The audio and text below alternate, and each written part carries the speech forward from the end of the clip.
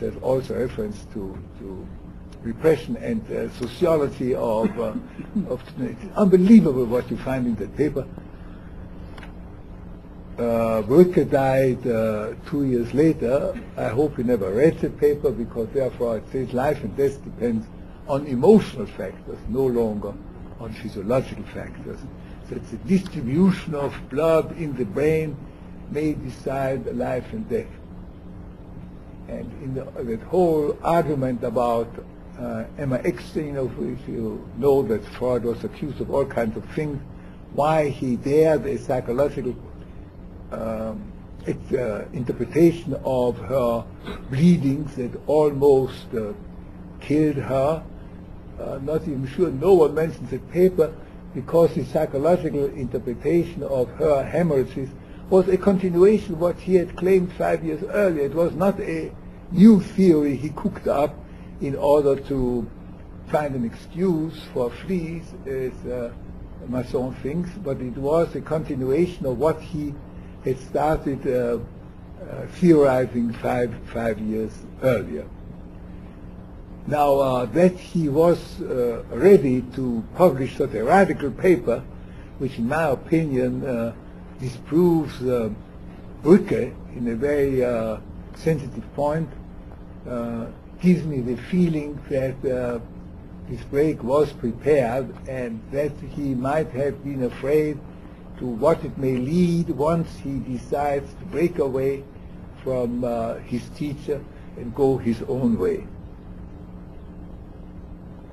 Now, I think I will shorten a little bit because time has progressed, and to refer to another letter which also puzzled me terribly, because at the age of 80 he was celebrated by a beautiful paper by Brun, a Swiss psychoanalyst who is strongly biologically interested, and who was the first one to write a paper about Freud's biological research and how great it was. And Freud answered in a devastating way. He said, how can you claim that the papers I wrote as a student were foolish? He makes even that joke, which one can't translate into English.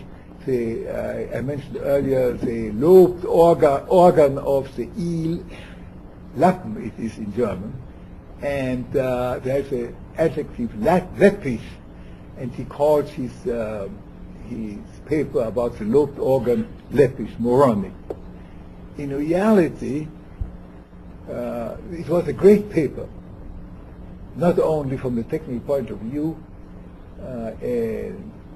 A very hostile person of Freud, Gickelhorn, said it's unbelievable that that student could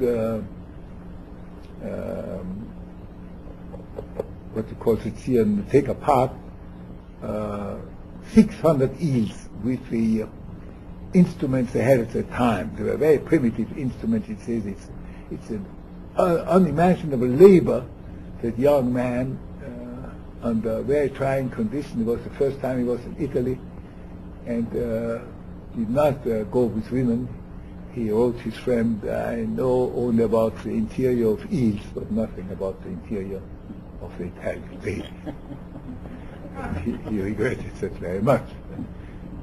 But in addition, Gickelhorn, and I could not quite confirm it, but I must believe him, because I'm sure he did not say something good about Freud without being true. He claims that in that paper there is already the foundation of a theory which was very surprising, namely that this lobed organ develops later into something female or something male. So the lobed organ contains both, and he claims that Freud saw that already or conjectured it. If that's true, it would be really a great achievement. So he says, my teacher did not pay attention to it, and he's really ashamed of the papers he wrote as a young man. And like in the letter to Fleece, he tells him, please don't make too much public use of my statement. Keep it to yourself. And how cynical he is, you can see there was one good thing in my early research. I discovered a new compound to dye slides, to color them. Unfortunately, the solution didn't hold what it promised, and I had to drop it. Imagine that the only good thing he had to report about those years as a biologist, although it is also proved that he was the real discoverer of the neuron theory, which made another person very famous, and it was overlooked that he had described it in a paper on the structure of the nervous system. So he and Professor Fichtner in Tübingen said, I think a year ago, that there's no doubt that if Freud had not created psychoanalysis, he would have made great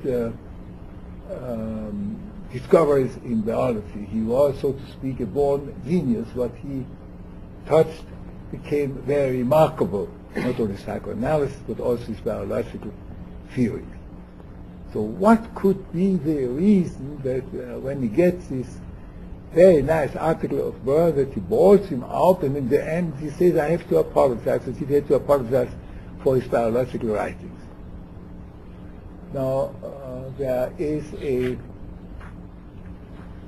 friendly critic of psychoanalysis, and he said the aphorism of psychoanalysis as it is now could be, when you don't see it, it exists. And there's some truth in it. And I was in the position in interpreting the letter that I claimed something no one could see, and I claimed it is. Almost because, yes, because no one can see it. So is the aphorism. Because you can't see it, therefore it exists. If I put myself into the position of the old Freud, did he really achieve his goal? We know from his childhood recollections that there was one thing that drove him on and that became the mainstay, as I think, of his research. That was an experience he made at the age of 6, when his mother taught him, and he heard that man consists of dust and becomes dust. And the young boy did not believe that, and told so his mother. And the mother rubbed the palms of her hands, and there were the black cells of epidermis, and showed him the dust she had produced. Well, that boy was flabbergasted. He couldn't believe it, and that the mother proved something so unpleasant and so complicated like that from one moment to another. And I have the idea that from that moment on, he was driven by the desire to make other people feel the way he felt when the mother shows him the palms, and he had this